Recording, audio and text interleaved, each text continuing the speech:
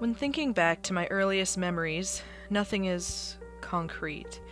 A string of hazy images come to mind like random snapshots out of time, each one associated with certain feelings and emotions.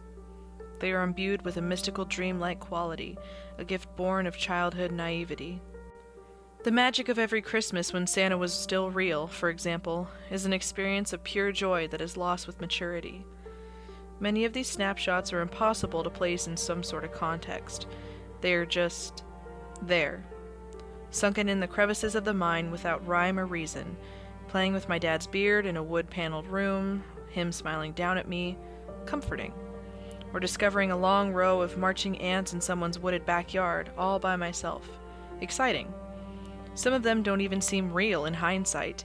Did I actually fall from that tree by the lake, only to land on my feet without a scratch? Was it really a dream? I don't think so. Sure, I have memories of distant dreams, but there is a clear distinction between the dreams and reality of my past.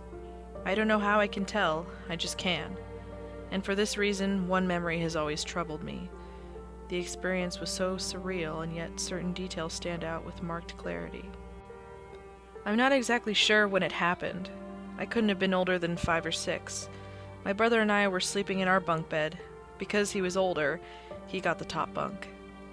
I had just woken up, but it was still nighttime. Something felt different. I remember seeing and smelling the rain, but not hearing any. The window was open and it was very cold in the room. Why was the window open? The curtains were gently flapping, but there was no breeze. The quiet was so intense it buzzed through my ears. I had been lying on my side, with one arm dangling off the edge of the bed.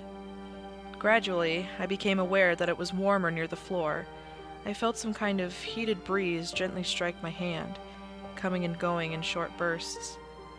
Finally, I recognized it as someone's breathing. Then the woman slid out from under my bed.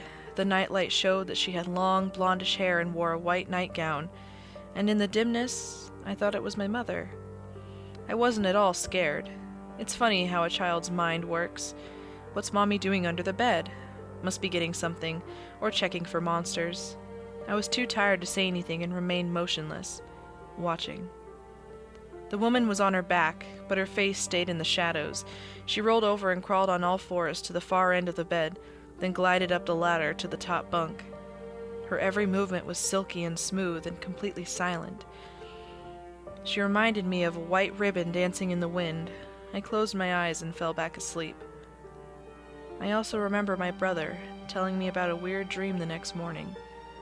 He dreamt of a woman who lived under the floor and came out at night to play in the rain.